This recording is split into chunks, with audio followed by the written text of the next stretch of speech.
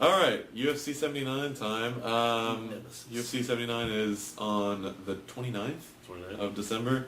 That's pretty much the biggest show in a long time, probably since 73 stacked.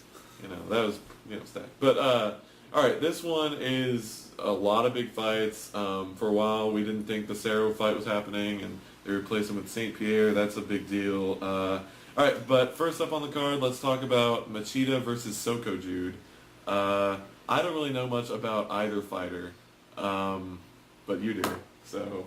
I know enough. Machida kind of hasn't done much to impress anybody in the UFC. He kind of circles around and, does this. What's really interesting about this fight is Machida is a Brazilian fighting Soko Jude, which by default means he's going to get knocked out very early. Mm-hmm. But Soko Jude is a Pride guy coming to the UFC, which by default means he's going to fuck it up in his first fight. Yeah. So it's a very interesting fight. Machida...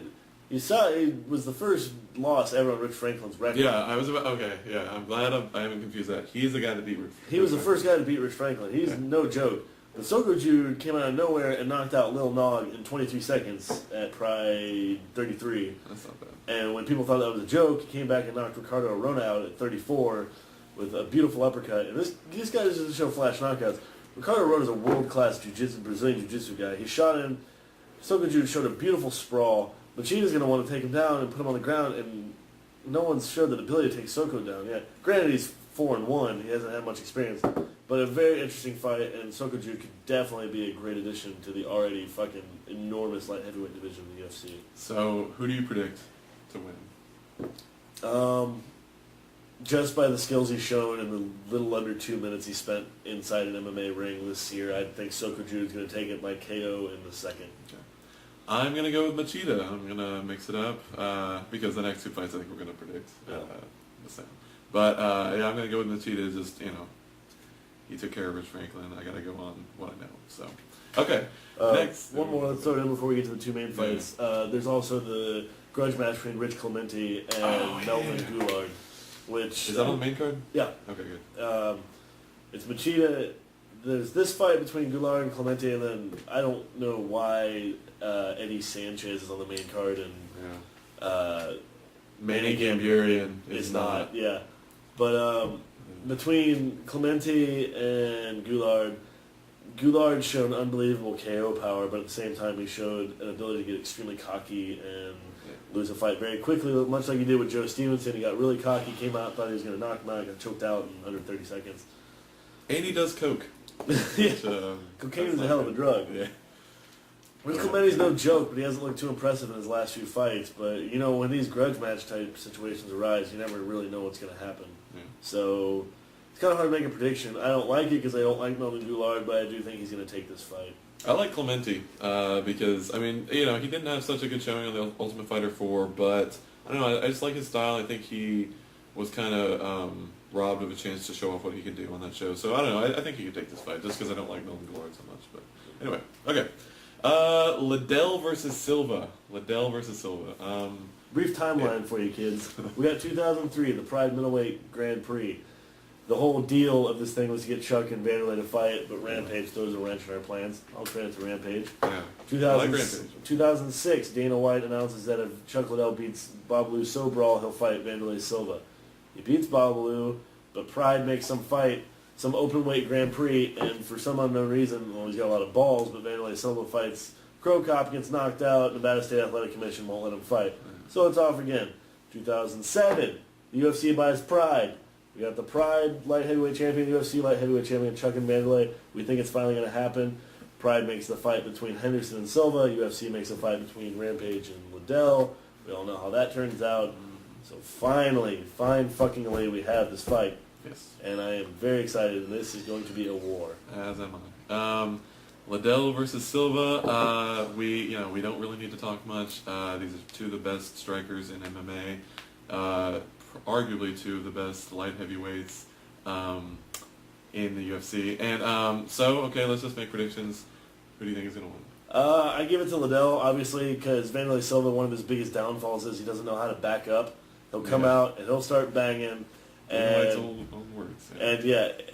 what he's done in the past is he just comes out, to his credit, because he's knocked motherfuckers the fuck out. He knocked Sakuraba out, he knocked Rampage out twice. He's a game fighter. But Liddell is going to come out, and he's going to counterpunch like he always does. And Silva's going to leave an opening, and I think he's going to get knocked out. He's susceptible to that. We've seen that he can be KO'd. Henderson knocked him the fuck out, and I think Liddell's going to do the same. The unfortunate part is, whoever loses this fight, their career is off the tracks. Yeah, I think, I predict Liddell because,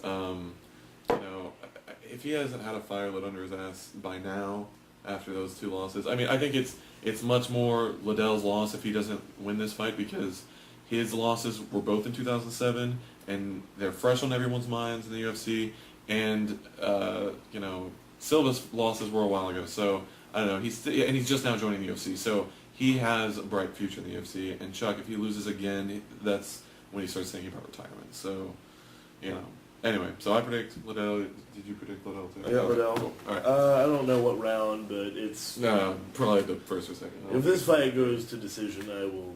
Shouldn't have been. Yeah, I will be legitimately surprised. I don't think it's going to go submission. Anyway, okay. And finally, big fight we were all eager to see again, the rubber match, Hughes versus St. Pierre. What do you think is going to happen in this fight? I was really excited about Hughes, Sarah, and when I heard the news, it ruined my Thanksgiving. I heard it that day, but... herniated disc. Yeah, shit happens, And I thought it was just going to... Like when Guy Mesger was supposed to fight Tito Ortiz, that big fight, and Mesger pulled out very soon before the fight. And you got Patrick Cote, who, all due respect, Cote was unknown at that time. You got a real lackluster fight in the main event of a pay-per-view. Well, St. Pierre was the Canadian who saved Christmas on this one. He came about and took this fight, and it's going to be good. I think Hughes has learned a lot since the last fight. I think the same thing that happened last time is going to happen. It might just take a bit longer. Yep. I think Hughes, if he's smart, for some unknown reason, that corn-fed farm boy thought it'd be smart to stand up with GSP, which is a fucking dumb move. Well, why don't we just go trade fucking head kicks with Crow Cup? Yeah. Let's ground and pound with Fedor while we're at it. Yeah. I just don't... I think the same thing's going to happen. I don't think Hughes still has the skills to put away St. Pierre. No. I think St. Pierre is pretty much... It's a bad matchup. It's like Chuck and Rampage. I don't think it matches up right. Stylistically, they're different. And I think St. Pierre's just got Hughes' number. Yeah, it's almost like the past of MMA and the future of MMA, actually. I don't like Hughes at all. Not at all. I hate him. And basically what I think is going to happen is St. Pierre's going to go in that ring, he's going to call Hughes a bitch, and he's going to walk out of there as the number 1 contender for... the interim. Well, the interim. He's going to walk out with the interim title. And, it's not going to be... I just think he's going to dominate him. Hughes is going around saying that this is my fight. If you expect this to go differently, you're wrong. Whatever. St. Pierre is the shit. So, I think that a great outcome of all these fights. It's basically a trifecta of welterweights right now. It's all going around. The 2 Matts and George. I think the ideal situation for us fans would be for Matt Hughes to lose this fight, and St. Pierre goes up to challenge Matt Serra, and Matt Serra, unfortunately, we both love Matt Serra, but it would be better if he lost that fight, and then the 2 Matts square off later, and then Matt Serra beats Hughes, and, because Hughes is, fuck Hughes, I don't care. Yeah. And so that would cause another matchup for, a rubber match for Sarah and Hughes, or St. Pierre. So, yeah, anyways. So that's the skinny of the... Yeah, it's a big card. Yeah, absolutely big card. Yeah. So, anyway, that is it. Thanks for tuning in.